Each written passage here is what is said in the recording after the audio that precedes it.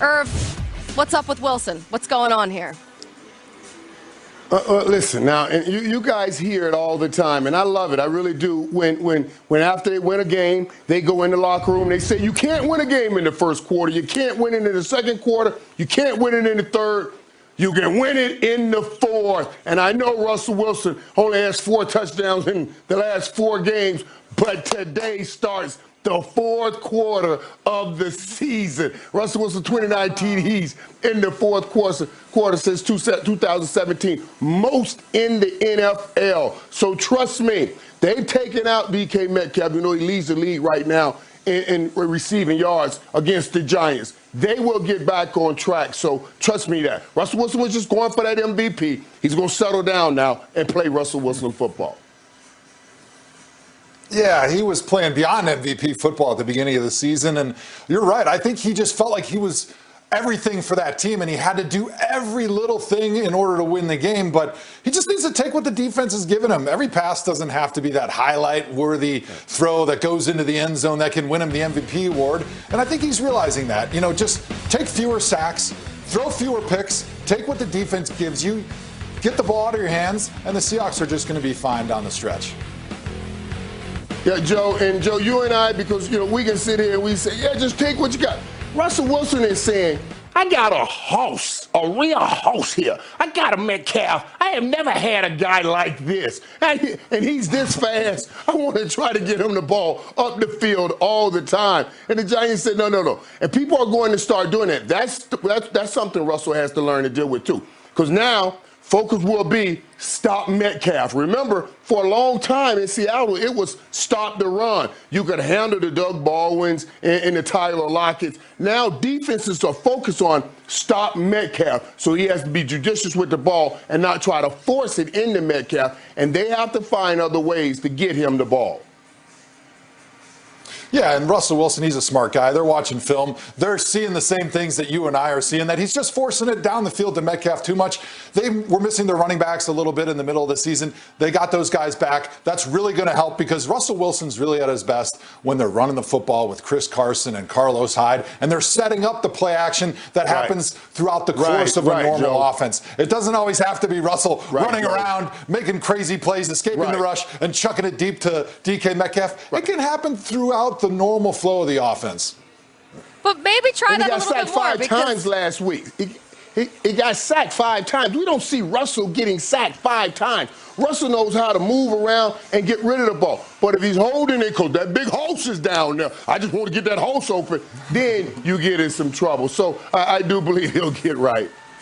But the thing is, DK Metcalf, yeah, he leads the league in receiving yards, but also he's only tied for 15th in targets. So you know what? Keep chucking the ball downfield. Keep chucking it to DK Metcalf. He's one of the biggest mismatches in the league. No?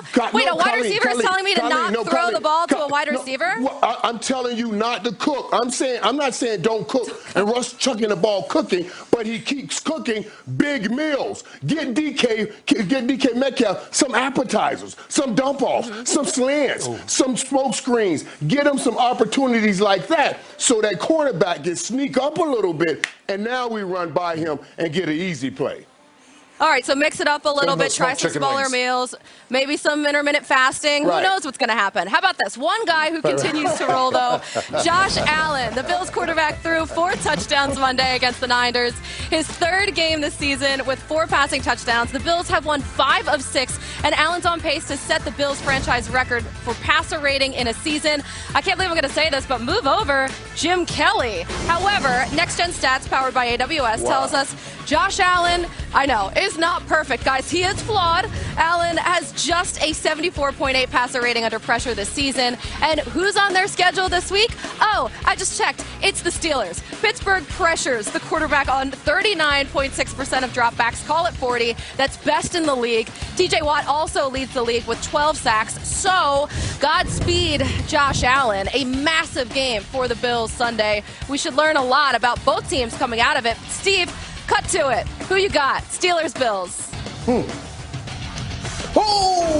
I don't know, and I do know, but the one thing that we know with Josh Allen is he is a dynamic quarterback. right? He can throw the ball all over the lot. But for Bills Mafia to really rejoice and celebrate, they need to run the football. The Bills need to run the football to keep Big Ben on the sideline.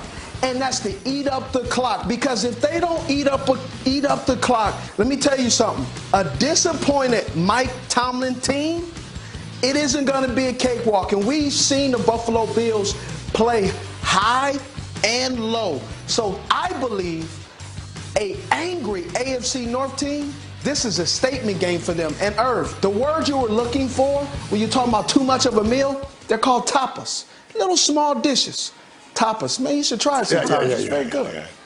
Yeah, that's what not family style. They say you should partake in 5 or 6 toppers a day and not the big meal. But Russell keeps cooking the great meals. But speaking of cooking great meals, I'm telling you who's cooking great meals too. Okay, however you're giving us that food lesson, I appreciate it. But Josh Allen is cooking up some great meals also because he has Stephon Diggs out there. But this game here now, listen, let me tell you something. When you lose a football game, when you lose a football game, the Pittsburgh Steelers lost that first football game. All year long, they had Monday meetings after a game or Tuesday meetings after Monday Night Football, and everything was fun. This week, it was serious business again. All of those drops, all of those things, they will certainly address them and get them fixed. I got the Steelers in this game, but this is a close game. And it's a telling game for the Buffalo Bills because the Pittsburgh Steelers, the Kansas City Chiefs, you talked about Bills Mafia. You guys want to get excited about getting back in the Super Bowl since you're comparing Josh Allen to Jim Kelly. You win this week, and then you have an opportunity to say, I'm excited about something. I like that. Hey, let's try it one more time, Irv. Tapas. Yeah, right. There we go. I agree. Very good. Now I'm hungry. But we ain't in the ghetto no more, Irv. Hey, guys, here we go. We're going to keep the show rolling. Having a little Salt Bay on the field tonight with Cam Newton. I'm sure we'll see plenty of sparks from both teams tonight. As we saw, it was a special teams day for them. They got it done for the Patriots on Sunday. A punt return for a touchdown and a blocked kick return for another score. The Patriots shut out the Chargers by a lot, 45-0. So after a 2-5 start, they've won 4 of their last 5, clawing their way back to 6-6, good for 10th in the AFC playoff picture, 2 games behind Indy for the 7th and final playoff spot. But if there's anyone who can make a run, it is Bill Belichick. It's now or never, though, for Cam and the Patriots. They absolutely have to win tonight. Otherwise, they fall to just a 9% chance to make the playoffs with a loss to the Rams. So, Steve, we've seen the Pats pull off miracles before. Are they in line for that again? Will they make the playoffs? Do you believe in them? I believe in them because you have Bill Belichick and also the offensive coordinator who's made a ton of adjustments. Josh McDaniels, he's done a fantastic job. This defense is also doing some creative things. However, tonight we will see. But also, too, the domino effect in the AFC is crazy right now because you have the Colts. They have to play the Steelers.